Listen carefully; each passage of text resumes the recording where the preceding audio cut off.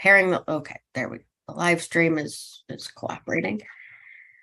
And so what I thought I would do, let Margaret in also. Hi, Margaret. You're connecting to audio. So what I thought I would do is just begin by giving a brief overview as to what Responsa is, and then we'll look at a couple of different contemporary Responsa and talk about what they are and sort of how they sit with you in a contemporary standpoint. Because what Responsa is it takes Jewish text and it takes questions of how do we live Jewishly and tries to incorporate it into our modern day life. So what does that mean? It means that when we think about the laws in the Torah and even in the early rabbinic period, they could not ever have thought about Zoom or the internet or anything like that. And so one of the ways that the rabbis have felt that they've needed to navigate Judaism is they've asked the question, okay, so how do we do Jewish given all of these contemporary advancements that we've had? And Reform Responsa began in the 19th century. Margaret, I hope you'll forgive me. I'm going to just go back a step and catch David and Judy up from what we did last week. So I'm going to share my screen and we're going to go from what I think is the beginning, if I can get this to from beginning. Can you see my screen? Oh, that's not what I want. Now I can't see you. Technology cooperate. There we go. Now you should be able to see. Do you see my dog or do you see a PowerPoint? It says, how do we know how to live Jewishly? Perfect. Okay. I'm gonna from current slide. Okay. So how do we know how to live Jewishly? So that all began with the Torah. Margaret, I hope you'll forgive the little bit of review from last week. So God told Moses how to live Jewishly. God told Moses the 10 commandments that are right behind you, David, gave those to the Israelites. And Moses was sort of this intermediary between God and the Israelites when thinking about how to live Jewishly and what that meant. So in the Torah, it says, don't boil a kid in its mother's milk.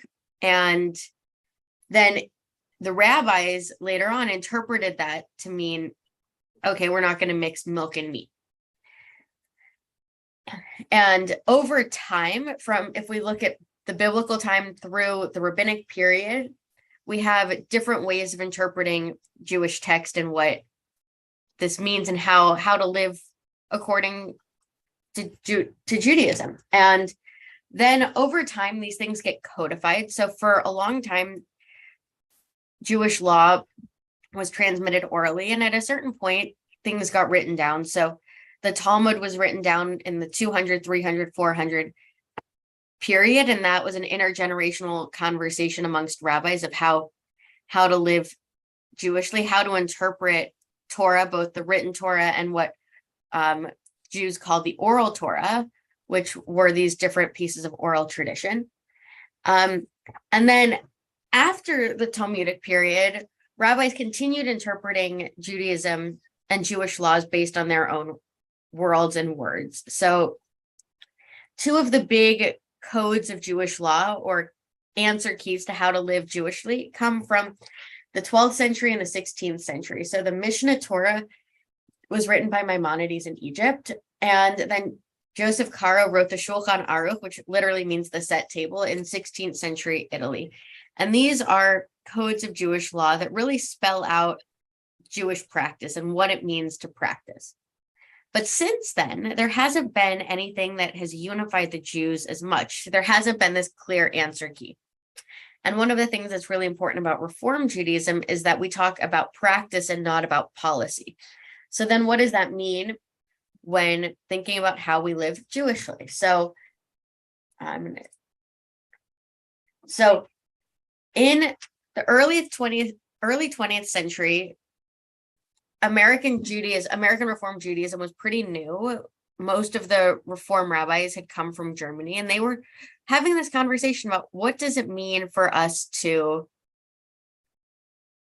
be Reform Jews? What is it that we are reforming? Because up until this point, there was just Judaism. So this question of what are we reforming and how do we want to practice our Judaism in the 20th century in America, these were brand new questions that the rabbis were trying to grapple with. And one of the questions that they raised was about whether Torah reading could be done completely in English. And this raised a lot of really particular questions and feelings. So on one hand, some people were saying, of course it should be read in English. This is the way that our congregants understand it. This is what makes it more approachable. This is what gets people in the door. And we don't even have a Sefer Torah in our small congregation.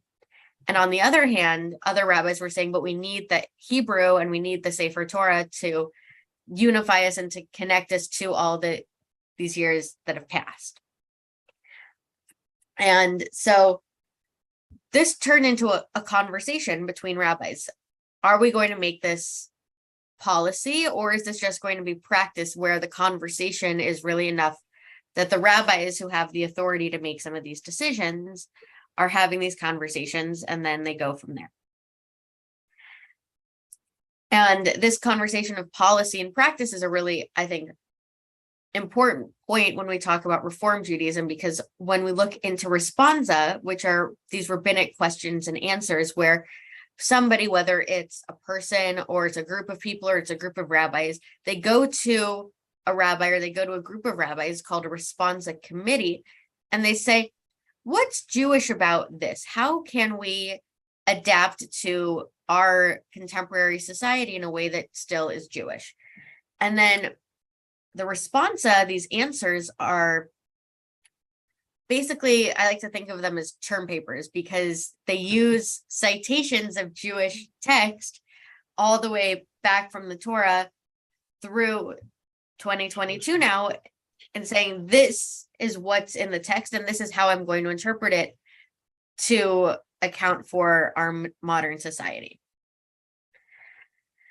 And when we look at Reform Responsa in particular, this is just, it's setting a foundation. It's not setting rules. It's saying, this is what we have to offer. Now let's move forward and see if this is what's going to work for our community.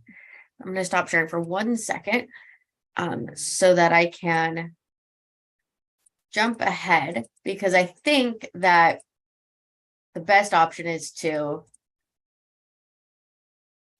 look directly at a Responsa. I need to get.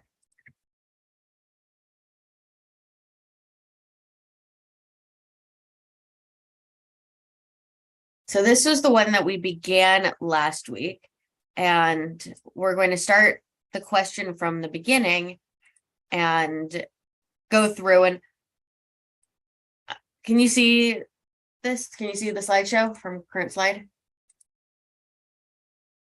Yes? Okay. So in 5781, so we just began the year 5783, so about 2 years ago, this person named Lynn Urbach from a congregation in Portland, Maine, asked the question, what guidelines should we follow for returning safely to in-person gatherings in our congregation? So what's this question really asking? It's saying, we're in this COVID pandemic. This is a new phenomenon. We are faced with different pressures than we have been in the past. And we have all of this technology of gathering over Zoom. So what does it mean and what will it look like for us to return safely to in-person gatherings? So Lynn Urbach from congregation Beit Ta'am in Portland, Maine, she sent this to the Responsa committee, which is about 20 Reform rabbis around the country. And they provided an answer, and they broke it down into different categories to answer it. And they're not saying this is how you need to answer it, but trying to say, based in Jewish text and based in Jewish precedent, these are different things to think about as you're making decisions for how the congregation should gather in person. Are there any questions so far? So as we go through this, I really want you to think about what we've learned in the 2 years since this was written, because a lot has changed in our world and what we know about science and on COVID. And think about what you might add or take away, or if the ways that this question was answered might change if we were to revise this in 2022 or in the year 5783. So this first part of the question is really just a general overview. We are accustomed to illness, disease, hospitals, and hospices. We and our loved ones suffer and die from any number of frightening illness, but we have tamed or even eliminated almost all of the contagious diseases that were a common feature of human existence until the last 2 or 3 generations. Smallpox, measles, mumps, polio, diphtheria, cholera, bubonic plague, and even the flu. The prospect of a new and deadly contagious illness is particularly terrifying to many people, perhaps especially to highly educated, affluent first world residents who are accustomed to being in control of their lives and of their environments. So what this is beginning by saying is that while COVID-19 is new, we actually have had illnesses that have been frightening to our people before this, and we can use that pre-existing knowledge to look at our own communities and how we might re-engage and how we might know when it's safe to come back in person instead of just gathering over Zoom. And then they continue. Now, however, we must face the reality that COVID-19 is here to stay. I don't think that there's much argument here in 2022 that COVID-19 has unfortunately not disappeared. It's not going to disappear any more than the flu or the common cold have disappeared. It is good that we know how to reduce the risk of its transmission, high quality masks, frequent hand washing, and social distancing. It's good that healthcare workers know much more than they did a year ago about how to treat COVID-19. It's good that our healthcare workers and scientists are learning too. And it's amazingly good that vaccines give us the means to reduce almost to zero the likelihood of an infected person becoming seriously ill. In theory, when enough people are vaccinated, we will attain herd immunity, i.e. the virus will find it extremely difficult to find new hosts and instances of illness that will gradually decrease. However, we do not know whether future variants will be more or less deadly, more or less transmissible. The virus has already mutated, producing more contagious variants, and there is no way to be certain that some future, even more deadly variation, even a vaccine-resistant version, will not emerge. So we must accept this reality that we are living in a different world than we were just over a year ago, because this new disease is a reality that will not disappear. So we must figure out how to live with it, and we must live with it. And so the emphasis that they're placing on this background is how can we live in this new reality that we're finding ourselves in. So let us recognize what a difficult moment this is. This tshuva, this answer to the question, will necessarily be somewhat provisional as we acclimate ourselves to the new normal. So that's why I want you to think about what provisions would be different in 2022 than they were at the end of 2020. People are emerging from the depths of the pandemic with a wide range of emotional responses to their experiences of the last 16 months, or we can add another 24 to that. There are those who simply want to plunge back into life as it was before COVID-19, and those who will never feel safe going back no matter what. Scientists and health professionals have learned a tremendous amount about this brand new disease in an astonishingly short span of time, including how to treat it and how to prevent its spread. Yet there is still more to be learned, and there is also the possibility of new variants. The reality is also that some people cannot safely be vaccinated. As of this writing, the COVID-19 vaccines are widely and easily accessible in the US, but less so in Canada. Federal, state, and local laws regarding masking, social distancing, and vaccine requirements are not uniform. Our needs here in Florida are, I'm sure, different than your needs, David, are in Las Vegas, just because of the nature of congestion. I don't know where in Las Vegas you are, but certainly more parts of that city are more congested than others. And there are different needs on the Strip than there are, say, in Henderson. finally, alas, the politicization, oh my, that's a hard word to read out loud sometimes, of the pandemic has opened the doors to a flood of misinformation and disinformation. Congregations trying to establish responsible protocols may have to deal with individual members influenced by this sort of thing. So all of this to say that there's a lot that we know, a lot that we don't know, and that no two places are alike. So this is really speaking to the fact that Reform Judaism wants to lean into this idea that we'll provide practice options, but we aren't assigning policy. Whereas in the conservative or even in the Orthodox movement, Responsa, questions about how to live Jewishly in the contemporary society, eventually turn into halakha and are no more or less binding than other pieces of Jewish law that are hundreds of years old. Questions, comments? I don't live anywhere near the Strip. I live about an hour and 15 minutes north of the Strip. Okay, And what neighborhood is that? it's Centennial Hills. Okay. Are you familiar with that? I am. I lived in Los Angeles for most of my life, and have friends in Summerlin. Is that Summerlin, yes. Summerlin? Yeah. Yeah, I'm about 10 miles north of Summerlin. Yeah. So yeah, that's where I'm at. We get our COVID shots at Albertsons grocery store. Yep. I know Albertsons very well. The level of healthcare here in Las Vegas is not good. It's pretty poor. So the drugstores and Albertsons is really save on drugs. Pick up a little bit of the slack by providing services that don't need the doctorate in order to provide the service. Sorry to hear that. It's not great where you are. No, but on the other hand, and this ties in with it too, going to in-person things is not much of an option for me because I'm Chabad. So I cannot drive. And since the closest Chabad to me is actually in Summerlin, it makes it impossible for me to observe all the halakha. And it's just the way it is. So for me, COVID was not necessarily the worst thing in the world because it opened up this world of Zoom. Right, absolutely. And that way I get to visit with people like you. I go online, Rabbi Miller, Rabbi Shuli Paso, let's see, Dasi Fruchter,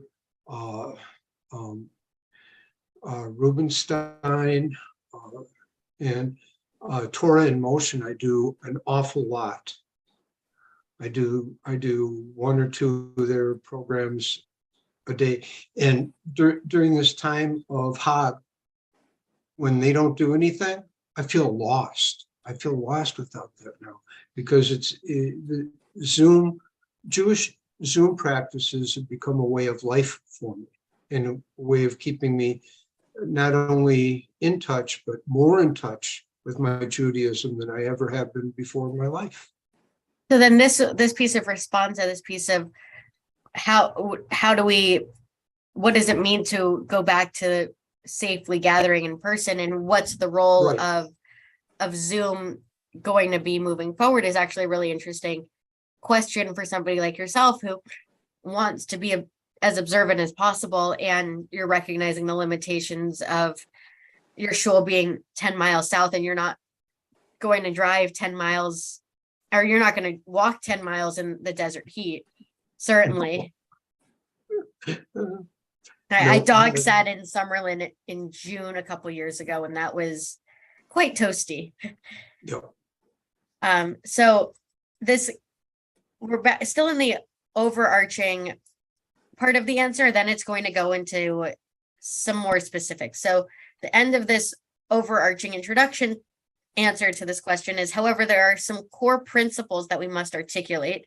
So they're going to explain those core principles and some guidance that we can offer. So through each of these core principles that they're going to talk about, there'll be different conversations to be had. In this responsum, in this answer, we address the implications of the new reality of virtual gatherings, and we need to balance the public good and needs and concerns of individuals in reopening.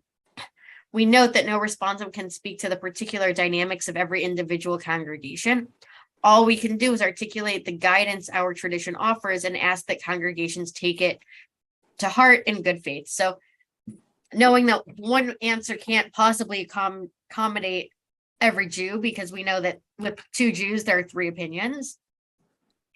But this is going to underscore several key values that the Reform Responsa Committee encourages us to think about as we think about regathering safely in person and what role the hybrid space can have for us, because there's certainly a need for that still, but there's definitely a tension between not having people come in person if we have a beautiful building and serving the needs of the people that perhaps can't get there. So that's what this question and answer, that's what this answer will start to question. Like a good Jewish practice, the answer hopefully will give more questions than it answered. So the first piece of this is gathering in safety. So the vaccine had made it possible for us to move away from the time of acute danger. Certainly in 2022, where we are now, it's very different than March in 2020, when at least in Los Angeles, we were Cloroxing the outside of our Cheerio boxes. But we are not yet returning to life as it was before the pandemic. Again, remember, this is written 2 years ago. Our tradition offers us some significant guidelines to the new normal. So the first is the value of pikuach nefesh, of saving a life. While the obligation to save a life supersedes all of the mitzvot except for 3 cardinal transgressions, this should not be understood as some sort of blanket mandate to remain under acute lockdown conditions until absolute safety can be guaranteed for everyone. If that was the case, then we would have been having this conversation well before COVID-19 began, because getting into a car is dangerous, and riding your bike is dangerous, and leaving a safe bubble can be dangerous. And so they're trying to say that it's important to be mindful of saving your life and saving other people's, but the acute emergency piece is what they're trying to look at. So the Talmud, so 400-ish CE, about 1,500 years ago, 1,600 years ago, they're classic examples of pikuach nefesh, are all acts in response to an acute emergency, such as rescuing a child from drowning or preparing food on Shabbat for someone suffering from a potentially fatal illness. Setting ongoing standards for safe public behavior in response to a public health crisis is not, strictly speaking, pikuach nefesh. So for that, we have to look a little bit elsewhere. Danger to life, sakanot nefashot, and the obligation to preserve one's well-being, shmirat haguf. So the Torah commands that anyone building a house must parapet around its roof, lest somebody fall off and die. So they're reminding us that if somebody goes to break into your house and they jump on your roof and fall into your pool, you're actually liable for that, even though they were trying to commit a crime. From this commandment, the halakha derives the principle of acting responsibly, both with respect to one's own life and to that of others, to avoid danger to life. So Maimonides says it's a positive commandment to remove any obstacle that could pose a danger to life, and to be very careful regarding these matters. As scripture states, take utmost care and guard lives carefully. If a person leaves a dangerous obstacle and does not remove it, they negate the observance of a positive commandment and violates the negative commandment. Do not incur blood guilt. Our sages forbade many matters because they invoke a threat to life. Whenever a person transgresses these guidelines, saying, I will risk my life, what does this matter to others, or I'm not careful about these things, they should be punished. In other words, we are obligated as Jews to avoid causing danger to others. So that's the value that they're pulling out of this story from the Talmud. However, Maimonides also emphasized the individual's responsibility to make every effort to take care of themselves by following sound medical knowledge. Since maintaining a healthy and sound body is among the ways of God, for one cannot understand or have any knowledge of God. If he is ill, therefore he must avoid that which harms the body and accustom himself to that which is healthful and helps the body become stronger. So whoever conducts himself in the ways that we've drawn up, I will guarantee that he will not become ill throughout his life until he reaches advanced age. So even if you do everything, you're still probably going to get sick. You're probably going to get a cold or flu, but the goal is to do as much as you can to try to take care and to be proactive. So a 20th century authority sums this up. So we've traveled in time several centuries, all for this next slide that we'll get to in a moment, which is 2020, trying to provide some sort of answer based on these several centuries worth of stories and values. And similarly, one should be careful of all things that could put one in danger. Therefore, it is forbidden to walk in a place of danger, such as underneath a tilting wall or alone at night in an unsafe place. Similarly, they prohibited drinking from rivers at night or putting one's mouth on a pipe while drinking from it, for all of these things are potentially dangerous. They also wrote that one should flee the city during a time of plague, God forbid, and one should leave the city at the start of the plague and not at its end, because by the end, the plague has already strengthened. All of these things are forbidden because of danger, and one who guards their life, shomer guf, will keep far from them. So it's forbidden to rely on a miracle or to endanger one's life this way. So that has gotten us to the 20th century. And then in 2020, they say, thus, we see that we are obligated to take precautions to avoid obvious dangers to others, but we are simultaneously expected to take responsibility for our own safety, health, and well-being. These are all complementary standards of behavior. The obligation to avoid sakanat nefashot is my obligation to ensure that my own behavior does not constitute a danger to others. The obligation of shmirat haguf is my obligation to preserve my own health and well-being. Collectively, we're obligated to avoid behaviors that are obvious dangers to ourselves and to others. And individually, we're responsible for maintaining our health as best as we can. Questions, comments, concerns, reaction?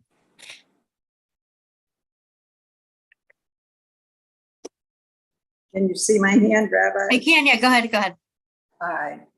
Going back to the comment earlier about going back to the way things used to be is never going to happen. We all know that. There are more variants coming, unfortunately. I myself am a little bit immune compromised, so I haven't been to temple in person in the 3 years. And as the gentleman said, it's been an absolute salvation. The ability to do what we can see and do and learn, but we're never going back to the way it used to be, that's for sure. Yeah, so it's really good that while you are preserving your own health and well-being, you can still practice and you can still engage in community, that the community hasn't abandoned you because it's not safe for you to join and because you're doing what's best for your health and your well-being. Go ahead, Margaret. Well, I think it's interesting about reading that the obligation is to ensure that my behavior does not constitute a danger to others.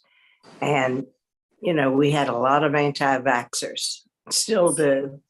And I always, somebody starts with me, say, look, this is not about you, this is about society. And that's the problem that we've had with this particular situation. Yeah, I remember and it's interesting that if this is something, are these something that is adopted by the entire Jewish community or just Reform or conservative? So different branches of Judaism have their own Responsa committee. This Responsa that we are looking at, this question was specifically asked by a Reform person in a Reform congregation to a bunch of Reform rabbis, but these conversations are happening in different ways elsewhere. And I certainly remember the pain of not going home for Thanksgiving in 2020, even though I wouldn't have had to get on an airplane, because I had been living in Los Angeles, and my father is immunocompromised as well. And I certainly remember that pain, and trying to sort of grapple with, well, what does it mean to protect myself, and how can I not be a danger to others when I might be okay, but somebody else might not be. And of course, that was just one example, and we all have, I'm sure, stories that are similar to that. But what this is trying to remind us is that we are only really responsible for the actions that we make. And as a community, we can try to create expectations, but we are, at the end of the day, are only responsible for ourselves. And unfortunately, if there are people that don't agree with us, then we have to sort of grapple with what does it mean for us to be a part of a community that has conflicting opinions and beliefs. And I think in a congregation like ours, which is very large, that's a blessing, because it means that we get to have really rich and meaningful conversations. And when we feel like it is affecting ourselves, then we can really only do what is going to be best for ourselves. And that, I think, has been one of the things that we've done by creating this virtual Bethel, is we're saying, come as you want, come in person, come with a mask if you'd like, come join us virtually. We hold no judgment. We hold a safe community for everybody. So then the Reform rabbis then go on to this next conversation, and this touches on what you guys were saying, which is the obligation to seek medical assistance to use proven medicine. And again, remember, this is having a conversation about practice, not policy. Nowhere here are they saying you need to get vaccinated or you don't need to get vaccinated. And I'm trying really hard to keep this not a political conversation, but really remember that the point of these questions and answers is to create conversation about what does it mean to live Jewishly in the face of our contemporary challenges. So Shmirat HaGuf, protecting our body, includes the individual's obligation to seek proven medical care and to follow proven medical advice. The practice of medicine is more than a skill, it is a mitzvah, as the Talmud and codes make it clear. So throughout history, there has been no question that practicing medicine is a mitzvah, and saving a life is as if you are saving the entire world. But if the healer is obligated to heal, the individual is also obligated to seek treatment and to take it. We might even compel someone to accept treatment if it is proven to be efficacious. Indeed, on that basis, this committee decided some years ago that religious schools may require their students to be immunized. So the same group of rabbis several years ago had a conversation about, do our religious school students need to be inoculated with the same vaccines that are required at most schools? So they're saying, we've actually had this conversation, and this is an answer that we came up with well before this COVID-19 vaccine was even a question. So they're trying to sort of take the politics out of this as well by saying, most people didn't have an issue when we said that our third graders needed to get inoculated for the polio to go to school. So then they move on to say, are the COVID-19 vaccines refuah beduka? Are the COVID-19 vaccines proven medicine? Do they fall under this umbrella, or could they? So the vaccines that have been approved for use in the US and Canada are definitely proven medicine from a Jewish perspective. So this, they're saying, okay, we're not talking about like what the doctors are saying, because that's not our area of expertise. The rabbis are saying, from a Jewish perspective, this is the precedent that we have to go to answer this. For this answer, we rely on the extensive and masterful responsum of the conservative Hosek, Rabbi David Golinkin.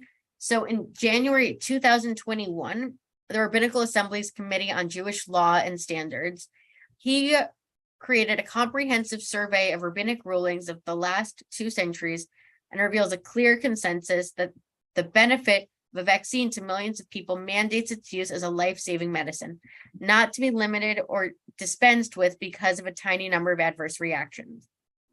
So what he's saying is, with regard to the original smallpox inoculation, Rabbi Golinkin quotes Rabbi Avraham Nanzig, who wrote in 1785 concerning the 1 in 1,000 who died from the smallpox inoculation. So forgive me, this was written in 2021, not 2020. I think I mistyped that somewhere. We do not eliminate such a great benefit for the sake of a tiny minority. And negative reactions to the COVID vaccine are infinitely fewer than 1 in 1,000. So they're saying that even when it was 999 people had a positive reaction and 1 person had a negative reaction, even that percentage was good enough for it to be considered proven medicine. And Rabbi Golinkin's comprehensive list includes nearly 24 rabbinic rulings from the last 200 years about the importance of vaccinations, while noting that the current COVID-19 vaccines are more effective and more rigorously tested than virtually all of the ones addressed in the last 200 years. So nowhere are they saying that this is a political conversation. Nowhere are they saying that this is a new conversation. In fact, what they're saying is that we've been having this conversation for 200 years, and let's remember the precedents and practices that we've set for ourselves, because this isn't a new conversation, even though our feelings are new. We know that the fact that the vaccines currently have only emergency authorization is irrelevant from the perspective of Jewish law, again, because the emergency authorization has to do with the government and not with Jewish law, which is concerned with the vaccine's tested efficacy and safety, not with the details of government regulations, differing between emergency and regular. In other words, this, as Rabbi Golinkin's response makes clear, the vaccines are proven medicine as our tradition understands the concept. So now we're going to move on to what they're calling special circumstances. And I think this is where our conversation can get interesting. The science of COVID-19 is changing even as we write, making it impossible to address all of the special circumstances. As we are writing in June 2021, for example, the age limit for vaccine approval is moving downward, but there's no vaccine yet approved for all ages. Obviously, that has changed in the last year and a half. There are individuals who have been vaccinated, but who have a medical condition or a drug regimen that make it impossible to know whether their vaccine is effective.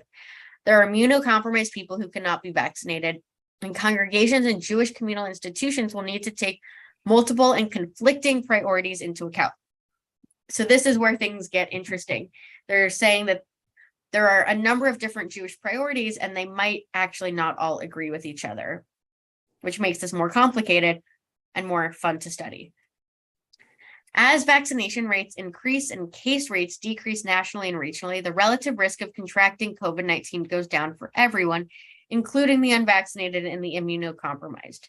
However, circulating viruses of all kinds, including COVID-19, are reality of life, as demonstrated by the fact that I got my flu shot yesterday, because there are all sorts of viruses going around, and humans have never lived in a society in which we could guarantee that everyone had 100% protection from infection diseases. The obligation to avoid the danger of your body means that a Jewish community must avoid reasonable or foreseeable danger. That is what public health guidelines do. And when we talk about going from red to orange to yellow in these different zones of safety, when the numbers go up and when the numbers go down, our guidelines change a little bit because we're reacting to the dynamic nature of our world. And therefore, every community must adhere to public health guidelines as a baseline. So they're saying that communal policy and communal practice should be that we start with what is public health guidelines. Like, let's listen to the professionals and then we can move on from there. Individuals with heightened risk of acquiring and or having significant morbidity from circulating pathogens should adhere to the obligation of Shmirat Haguf. That is, they should seek and follow appropriate medical advice to safeguard their own health given to their individual circumstances.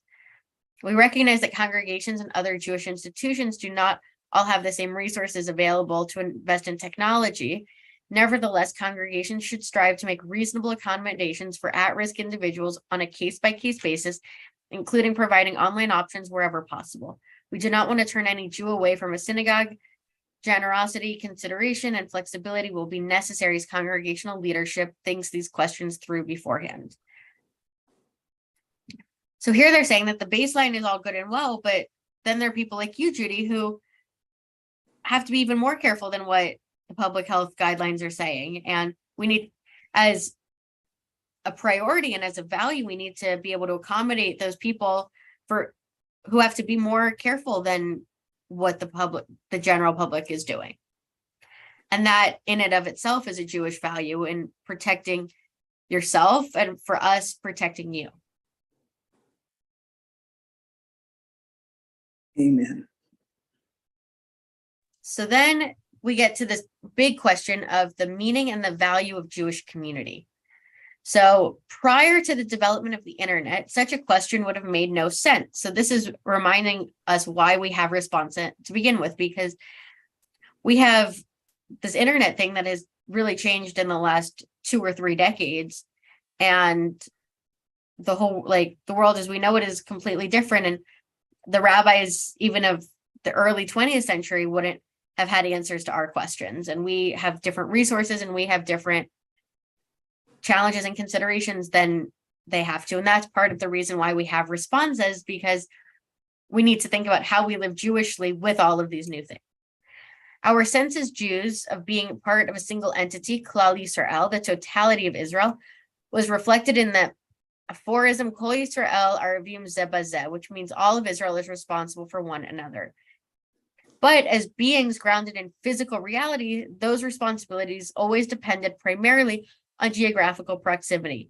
So until the internet, the Jews that you were responsible for, the Jews that were part of your community, were the ones you could walk to.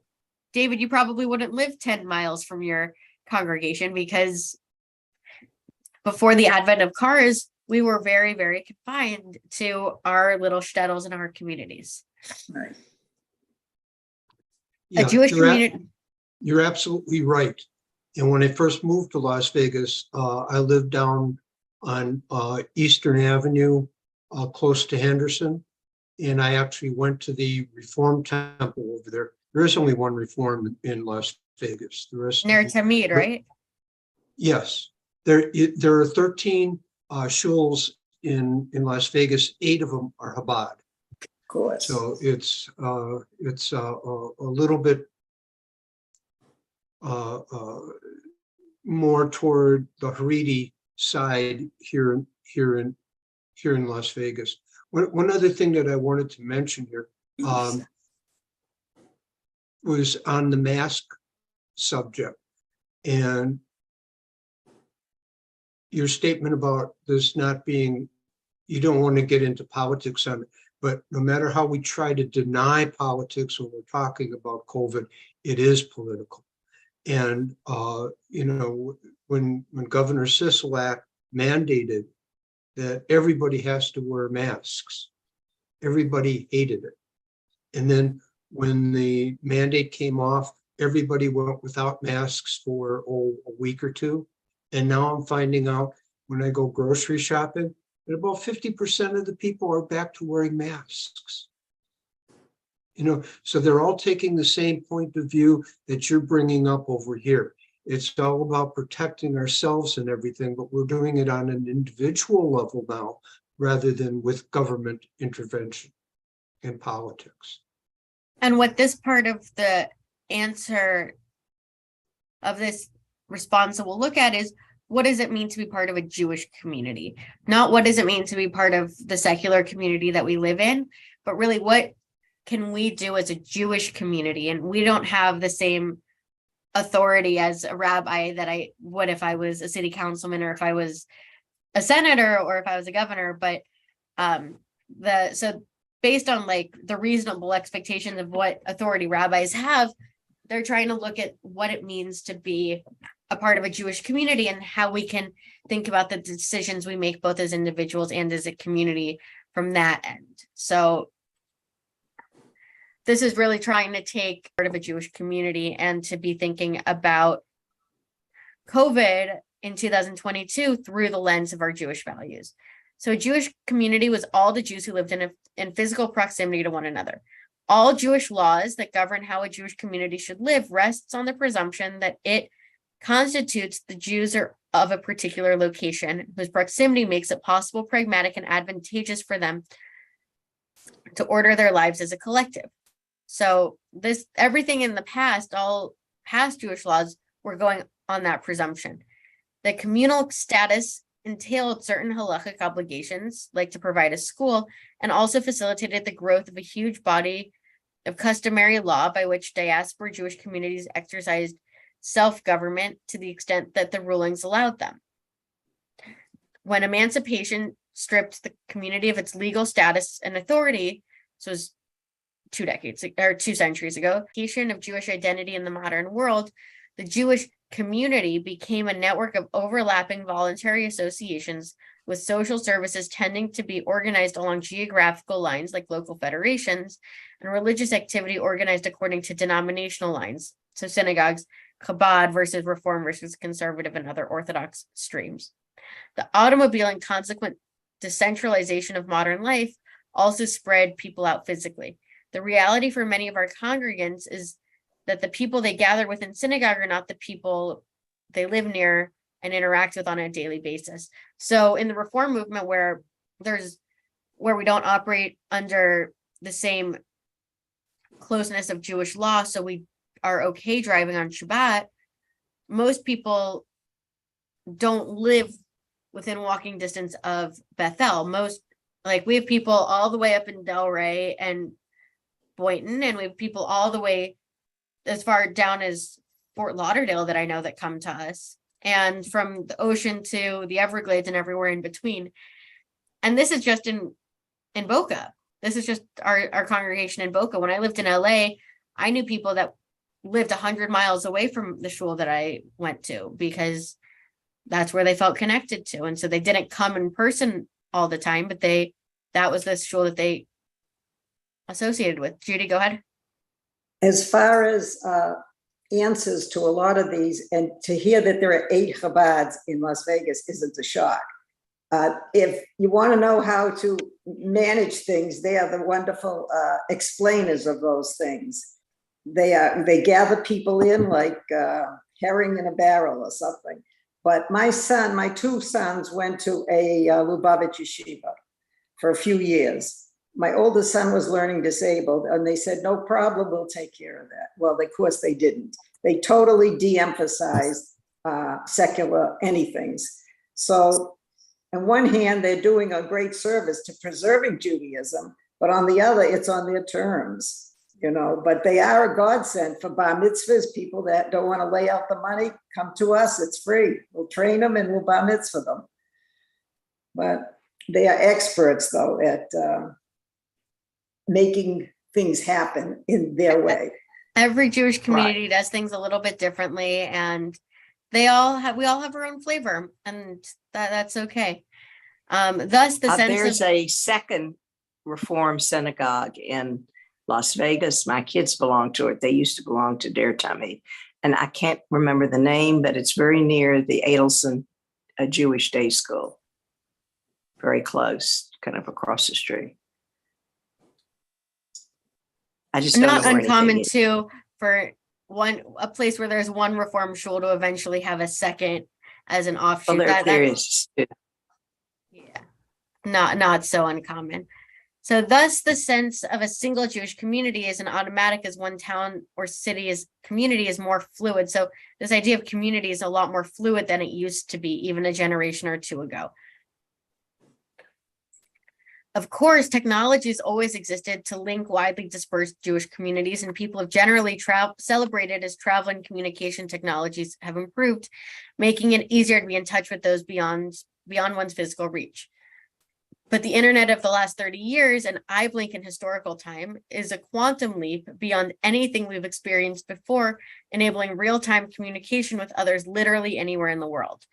One result has been the emergence of these virtual communities or affinity group where individuals' need for emotional connection with others, for validation, or for pursuing shared thoughts, ideas, and feelings are satisfied through online meetings with people in no physical proximity to one another.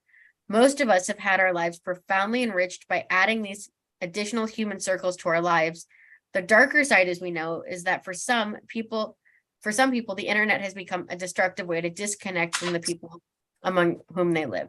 So there is the both sides of the internet, but for the most part, when thinking about the way that the internet and Jewish community, the internet has only enhanced what we can do.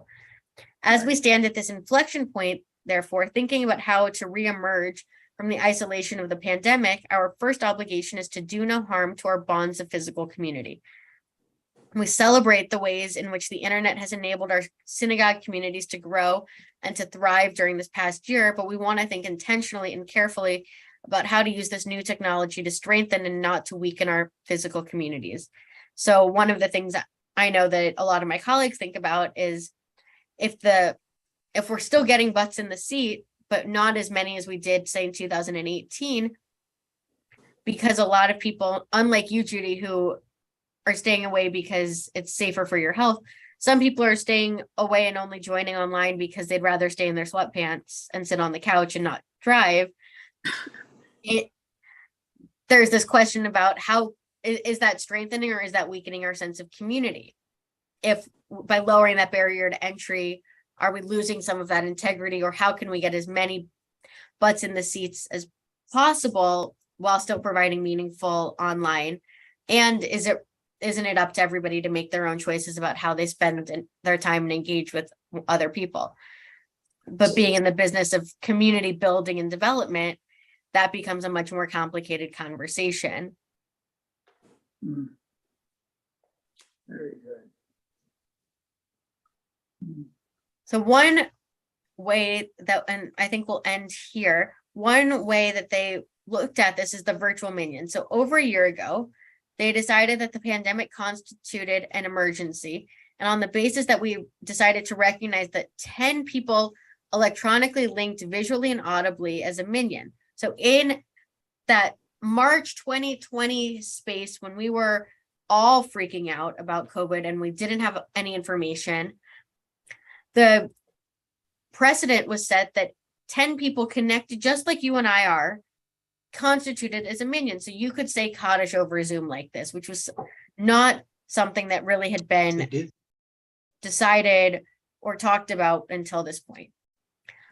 But the emergency, let us recall, consisted of a dangerous brand new disease that was easily transmissible from person to person through the air, and against which the only possible protection was the avoidance of other people.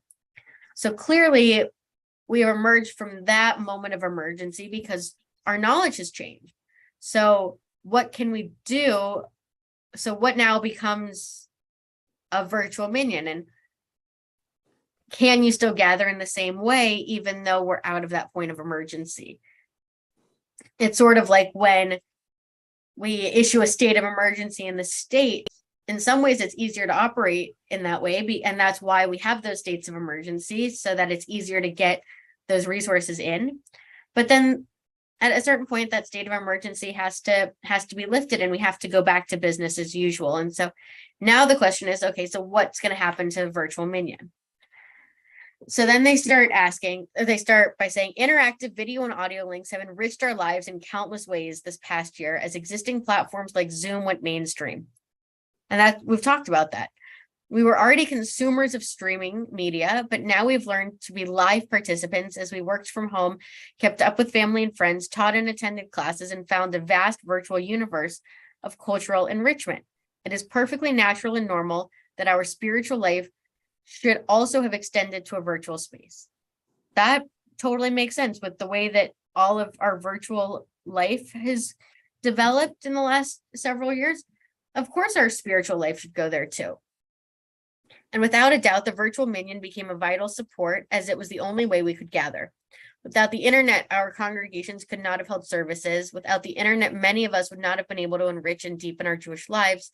Many weekday minyanim, many weekday prayer communities grew, for example, because attendees did not have to factor in commuting time. And coming from LA, where I was for the last 5 years, I can tell you that not commuting into work and commuting home from work really made a difference. Family and friends who would not have been able to travel to attend in person comforted each other at virtual funerals and shivas, and attendance grew for lessons and regular study groups. And now that virtual space has become so normalized, we do not want to retreat from it as a potential vehicle for holiness. And this is where we will end for today. Thus, we realize that we cannot say, nor do we wish to say, that in the aftermath of the emergency, it is no longer appropriate to hold a virtual minyan. As liberal Jews, as part of the reform movement, we are committed to integrating our Torah with the reality of contemporary life. And that's why we have things like Responsa, because we want to integrate Torah. We want to use Torah to live in the world that we're living in, not bifurcating the two. We recognize the possibility of the slippery slope. We do not want to facilitate the fragmentation of local communities, especially in small communities, by encouraging individuals to say log into a service somewhere else in place of supporting their local congregation.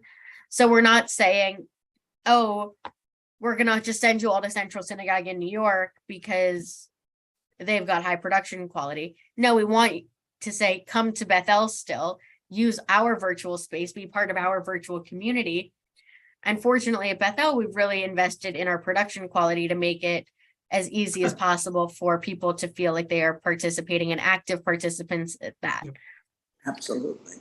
Most crucially, we are not ignoring or minimizing the difference between gathering in person and gathering in cyberspace. The joy we are all experiencing now as we find ourselves in the physical presence of family, friends, and colleagues and students, as we are able to see each other face to face and to touch, should be a continual reminder that while virtual connection is a valuable supplement for maintaining community, it can never be the only or even the primary vehicle for community. Absolutely. And I think that that's a really interesting place for us to stop this conversation for the day, which is exactly where we began, that Responsa asks questions of how do we integrate our life and answer our contemporary questions in a way that really look at Torah and look at what our values are. And what this is saying is that our number one value is gathering together in a community.